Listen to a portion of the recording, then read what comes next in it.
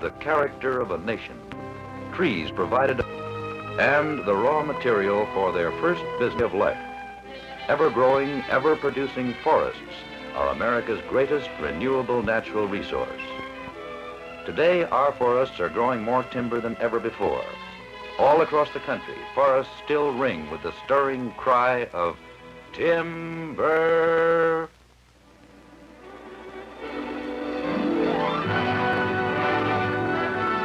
The epic story of lumber finds rhythm and sound in 60,000 sawmills. Whining saws sing a song of progress and permanence. Carpenters pick up the rhythm as they cut and shape the boards and nail them together. Walls are raised into place.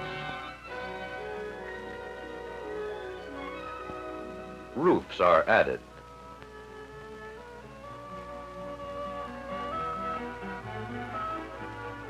Soon, a house is ready to become a home. Construction scenes like these are repeated time and again across America as we build 1 million new homes a year.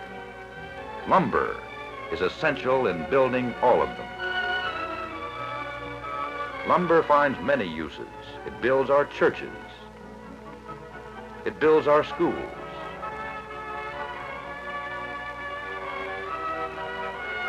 Farmers use lumber to build their houses, barns, sheds, and fences.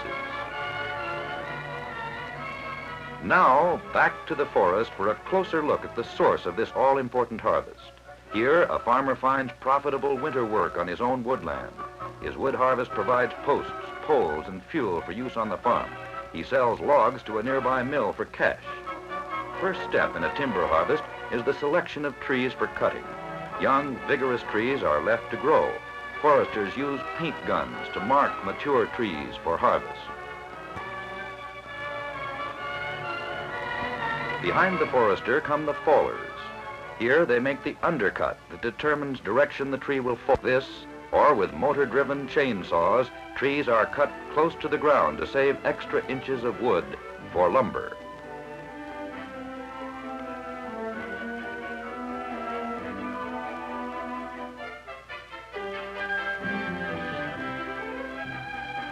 Today's lumber harvest is fast, efficient. Loggers chop away the limbs and cut the tree trunk into sawlogs, which powerful tractors skid to loading decks.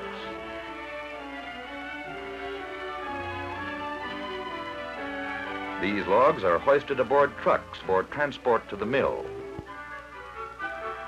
In many mills, the ride ends with a plunge in the pond.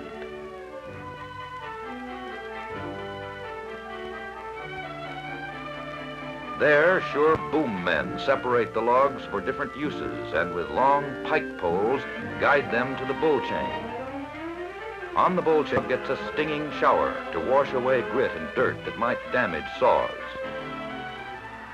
The sawing process begins at the head rig. Small mills use circular head saws. Larger mills use band saws like this. Each time the log moves in position for the next cut.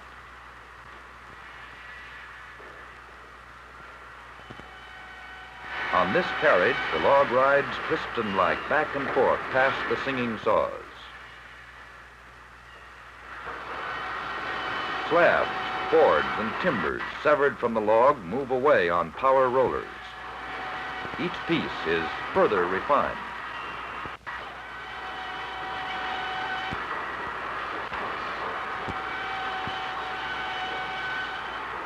With hand signals, the sawyer directs every movement of the log and determines the size and position of each cut.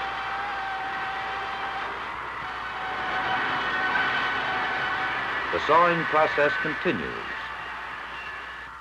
Here, freshly cut boards move through the edger. Twin saws rip off uneven surfaces on each side and reduce boards to desired widths. At the trimmer table, a skilled operator moves regularly spaced circular saws up and down to cut out defects in individual boards and square their ends at desired lengths. From the trimmer, lumber moves on down the production line. Here, on the green chain, a lumber expert grades each board.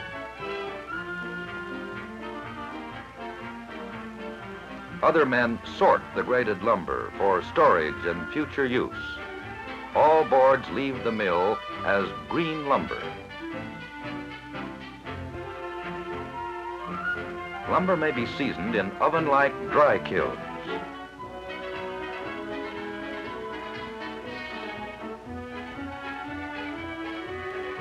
Where moisture and temperature are controlled by precision instruments, or in open-air drying yards. Sometimes a combination of both seasoning methods is used. Some rough lumber goes into construction work. The rest is processed for specialized markets. Here, a planer cuts and smooths rough lumber into finished lumber. Some boards are specially grooved and shaped for flooring, siding, molding, and many other dimension materials that supply the 1,001 needs of America's builders. Some becomes framing for windows, or siding for houses, or flooring. All are essential items in the building of most American homes. Modern Americans, like their colonial forebears, look to wood and products made from wood for their welfare and comfort. Skilled craftsmen fashion fine hardwoods into chairs, tables, and many other pieces of durable furniture that grace our homes. Wood is used for paneling, and wood, transformed by the magic of chemistry, serves us in the form of plastics, paper, and rayon. Small blocks of hardwood become heels for women's shoes. These pieces of wood are fitted together to make a bucket. Sometimes pieces of wood are fitted and glued together to form laminated timbers, tough, strong as steel. Wood has many uses. It's made into baseball bats, broom handles, barrels, and packing boxes.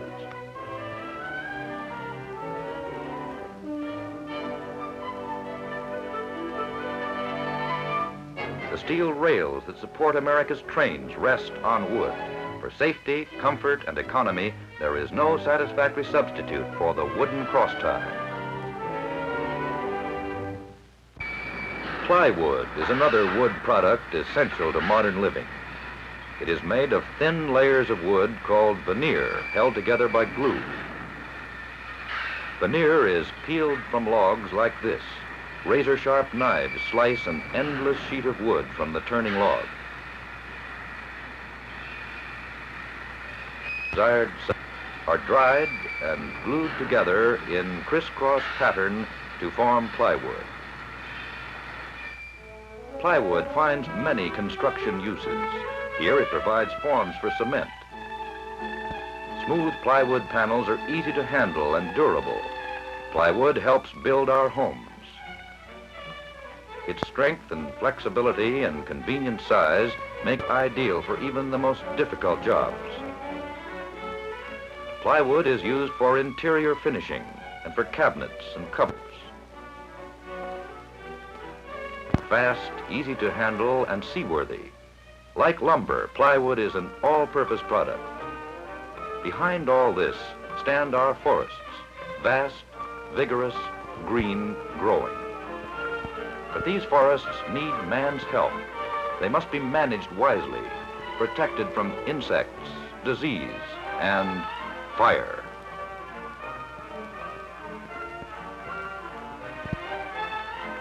Symbol of America's woodland protection system is the fire tower.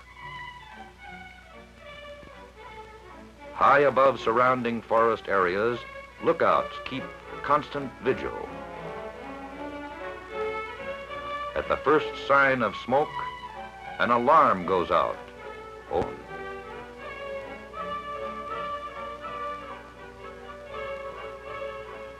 Firefighters speed to the scene.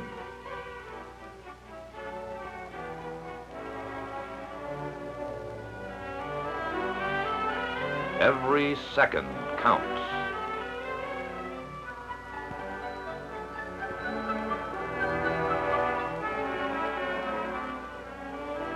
If spotted in time, a small fire can be brought under control in a few minutes. Unchecked, the same fire may race across a great expanse of forest, killing all in its path. This is the mark fire leaves on the land. Devastation, destruction. Most of this waste can be prevented. Most forest fires are man-caused. Some progress is being made with fire in the woods.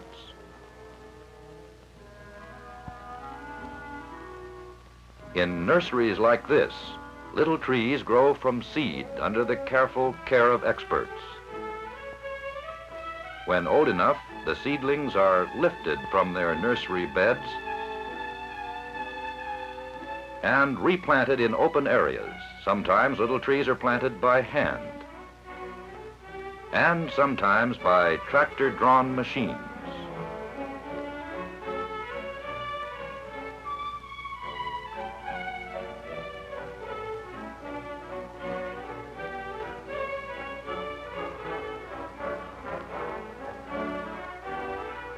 Forest land owners in the United States plant 500 million trees a year.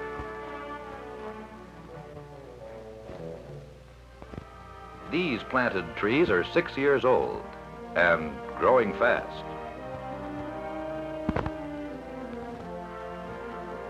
These are about 30 years old. However, most trees in America grow from seed dropped by parent trees. Scattered across the forest floor by wind and water, these tree seeds sprout and mature. Today's tree farming practices produce the forest products we need even as we grow trees for tomorrow's harvest. This, then, is the story of lumber and its allied products.